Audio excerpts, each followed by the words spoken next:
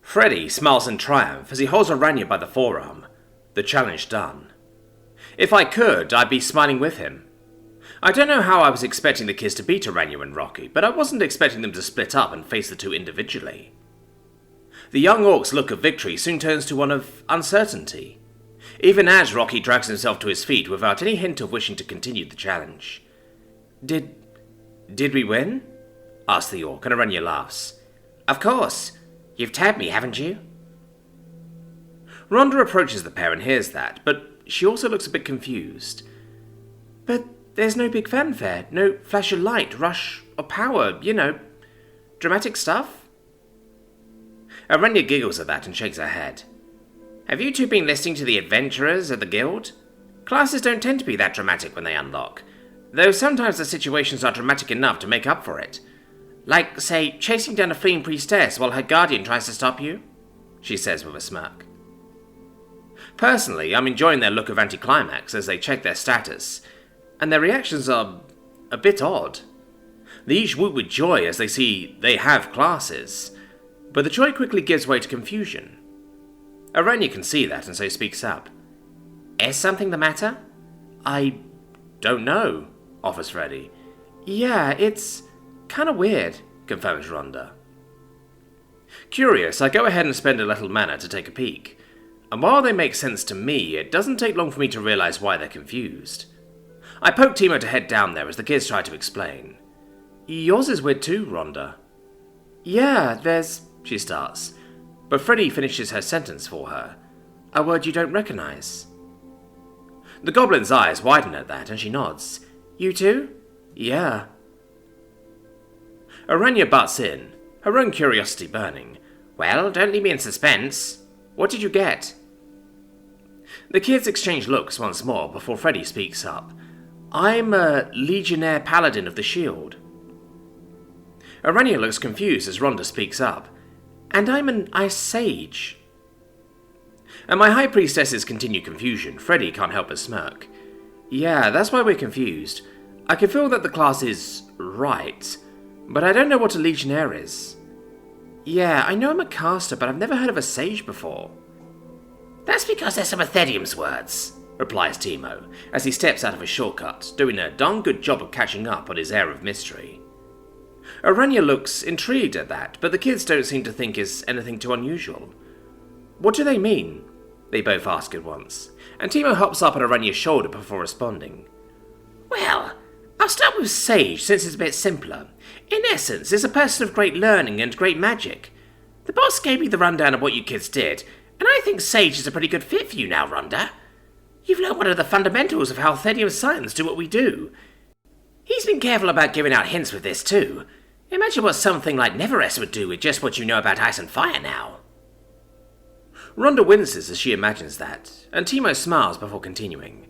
Still, the boss can't make you keep quiet, and part of truly being a sage is in teaching. Just be mindful of who your students are. Rhonda looks pretty relieved at that, and Timo turns to look at Freddy. Yours has a bit of history behind it. In ages past, there was a society of warriors, or perhaps soldiers is the more accurate word. They fought with large round shields and short spears, and were experts in tactics and positioning. They would fight side by side, presenting enemies with an impenetrable wall of shields, and would stab out of the small cracks with their spears. A later empire, or maybe one born for the original society? The boss isn't the best with history, so the details are a little muddy, but the idea of soldiers with shields working together was improved on. Instead of large round shields, they became more rectangular and easy to hold together in formation. They still sometimes use spears, but generally preferred short swords. They were the Legion, which means many. A Legionnaire is one of the Legion. Freddy looks a bit shocked at that, and Timo chuckles at me. Yeah, the boss and I are both kind of surprised the shield hasn't managed anything like that before. Otherwise, I'm pretty sure I'd use that word instead of one of Thedium's. Many?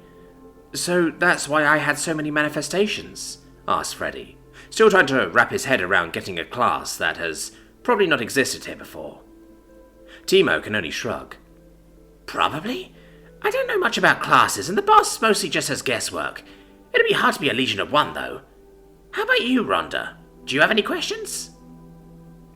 She slowly shakes her head. Not really. I mean, I have a lot of questions, but I don't know what to ask first. I think I need some time to think about it and maybe ask Master Savior what he thinks. Freddy nods at that.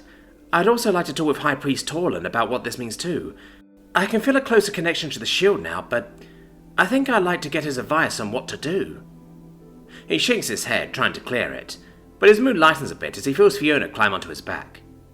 He reaches up and pets her some, before returning his focus to my voice. It's never simple with you, is it, Thedium? We first came in here for just some spell spores, and both got put on a path for our lives.